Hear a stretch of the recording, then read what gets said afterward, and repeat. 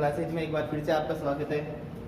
हमने part first के अंदर प्रकाश के बारे में और प्रकाश के परावर्तन के बारे में जाना था, पार्ट सेकंड में प्रकाश के विक्षेपण के बारे में, और आज हम पार्ट थर्ड के अंदर मानव नेत्र के बारे में जानकारी लेंगे। तो देखिए, मानव नेत्र क्वेश्चन पूछेगा इसके अंदर कि मानव नेत्र का सचित्र वर्णन कीजिए या नामांकित चित्र बनाइए।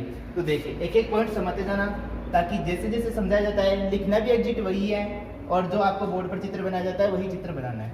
देखिए, सबसे पहले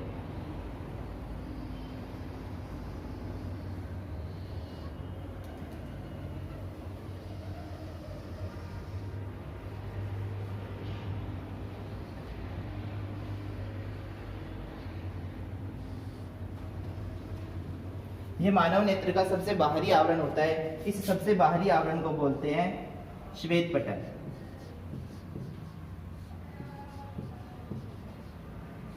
मानव नेत्र का जो सबसे बाहरी आवरण होता है इसे श्वेत पटल कहते हैं। इसे श्वेत पटल को मानव नेत्र का सुरक्षा कवच भी कहते हैं, क्योंकि यह मानव नेत्र की बाह्य आघात से रक्षा करता है। मानव नेत्र का जो सबसे बाहरी आवरण होता है इसे श्वेत पटल कहते हैं। इसे नेत्र का सुरक्षा कवच भी कहते हैं, क्योंकि यह मानव नेत्र की बाहर से लगने वाली चोटों से रक्षा करता है। इस श्वेत पटल में एक उभरी हुई संरचना होती है। इस उभरी हुई संरचना को कॉर्निया कहते हैं।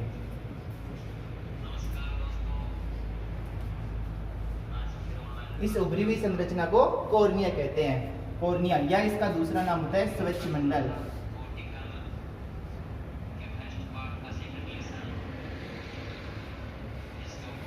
कॉर्निया या स्वच्छमंडल। कॉर्निया या स्वच्छमंडल के ठीक पीछे,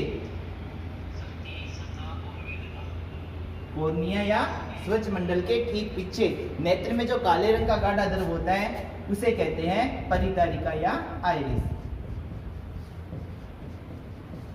परितारिका या इसका दूसरा नाम है आइरिस।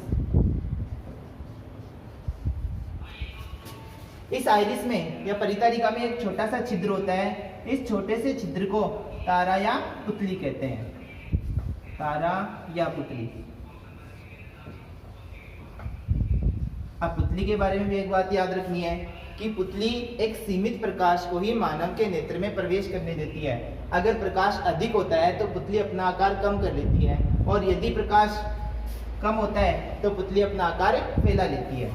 तारा या पुतली के ठीक पीछे ये जो संरचना बन रही है, ये लेंस होता है नेत्र लेंस। ये लेंस दो प्रकार के होते हैं, उत्तल और अवतल। ये लेंस होता है उत्तल लेंस। तो तारा या पुतली के ठीक पीछे एक लचीला और दृढ़ उत्तल लेंस होता है। इस लेंस को बोलते हैं अभिनेत्र लेंस। अभिनेत्र लेंस ये उत्तल लेंस होता है।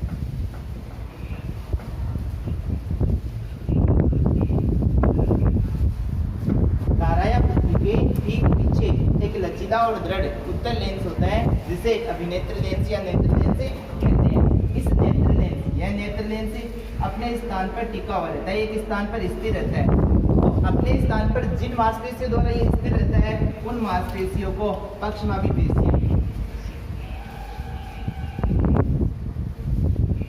पक्षमापी पेशियां या डायरेक्ट मांसपेशियां भी कह सकते हो।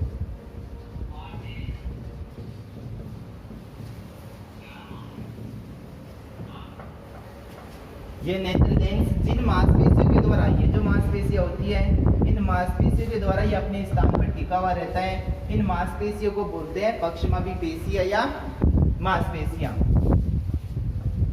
नेत्र लेंस के ठीक पीछे जहां पर वस्तु का प्रतिबिंब बनता है उसे रेटिना या दृष्टि पटल कहते हैं। उसे रेटिना या दृष्टि पटल कहते हैं। नेत्र लेंस के ठीक पीछे जहां पर वस्तु का प्रतिबिंब बनता है उसे रेटिना या दृष्टि पटल कहते हैं। अब देखिए, नेत्र लेंस होता है उत्तल लेंस, और उत्तल लेंस के द्वारा प्रतिबिंब बनता है वास्तविक और उल्टा।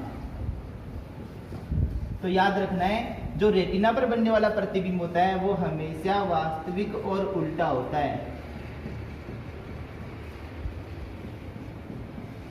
रेटिना पर जो प्रतिबिंब प्राप्त होता है वो हमेशा वास्तविक और उल्टा होता है।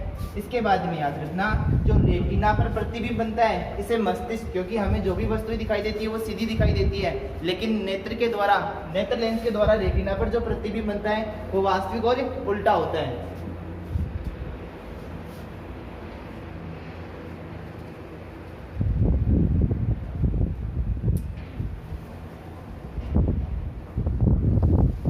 रेटिना पर जो प्रतिबिंब बनता है वो वास्तविक और उल्टा होता है। अब देखिए, रेटिना पर बनने वाले प्रतिबिंबों को मस्तिष्क तक पहुंचाया जाता है, तो मस्तिष्क तक पहुंचाने वाली जो ये तंत्रिकाएं होती है इन्हें प्रकाश नाड़ी कहते हैं। प्रकाश नाड़ी या प्रकाश सुधारी तंत्रिका।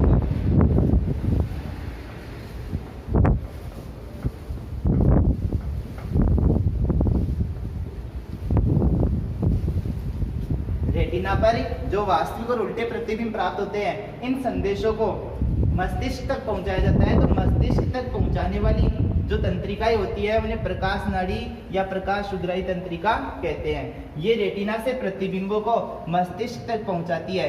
मस्तिष्क उन प्रतिबिंबों में संशोधन करता है और हमें सीधा प्रतीत करवाता है। अब देखिए, यहाँ पर होता है नेत्र लेंस और ये है रेटिना। नेत्र लेंस और रेटिना के बीच में पतला पारदर्शी द्रव भरा होता है। ये पतला पारदर्शी द्रव काचाभ द्रव कहलाता है। काचाभ द्रव। नेत्र लेंस और कॉर्निया के बीच में भी पतला पारदर्शी द्रव भरा होता है, जिसे नेत्रोद या जलीय द्रव कहते हैं। नेत्रोद या जलीय द्रव।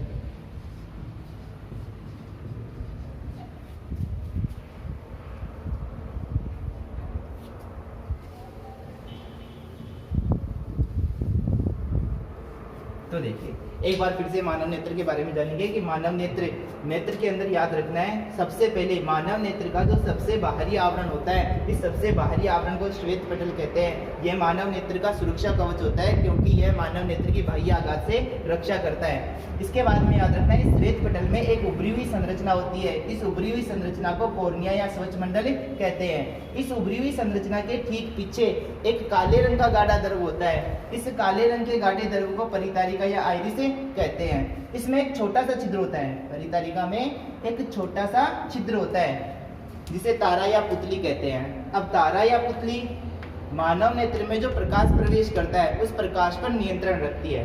अगर प्रकाश की मात्रा अधिक होती है या तेज प्रकाश होता है तो पुतली अपना आकार कम कर लेती है, और यदि प्रकाश कम होता है तो पुतली अपना आकार फैला लेती है। तो एक सीमित प्रकाश ही नेत्र लेंस तक पहुंच पाता है। तारा या पुतली के ठीक पीछे एक लचीला और दृढ़ उत्तल लेंस होता है, जिसे अभिनेत्र लेंस कहते हैं या नेत्र लेंस कहते हैं। ये उत्तल लेंस होता है, और उत्तल लेंस के द्वारा जो प्रतिबिंब बनते हैं वो हमेशा ही वास्तविक और उल्टे बनते हैं। नेत्र लेंस के ठीक पीछे जहां पर हमें वस्तु का प्रतिबिंब प्राप्त होता है उसे रेटिना कहते हैं, और रेटिना पर बनने वाले प्रतिबिंब हमेशा वास्तविक और उल्टे होते हैं। तो रेटिना पर बनने वाले प्रतिबिंब हमें सीधा कैसे दिखाई देते हैं? क्योंकि यहाँ पर जो प्रतिबिंब या संदेश प्राप्त होते हैं उन्हें मस्तिष्क तक पहुंचाया जाता है, और मस्तिष्क तक पहुंचाने वाली जो तंत्रिकाएं होती है उन्हें प्रकाश सुधराई तंत्रिका कहते हैं। तो ये तंत्रिकाएं इन्हें मस्तिष्क तक पहुंचाती है। मस्तिष्क उन प्रतिबिंबों में संशोधन करता है और हमें सीधा प्रतीत कराता है। और नेत्र लेंस और रेटिना के बीच में पतला पारदर्शी द्रव भरा होता है, जिसे काचाभ द्रव कहते हैं। और कॉर्निया और नेत्र लेंस के बीच में जो द्रव भरा होता है उसे जलीय द्रव या नेत्रोद कहते हैं। जलीय द्रव या नेत्रोद जैसे ही प्रकाश नेत्र में प्रवेश करता है तो उसके वेग को कम करता है,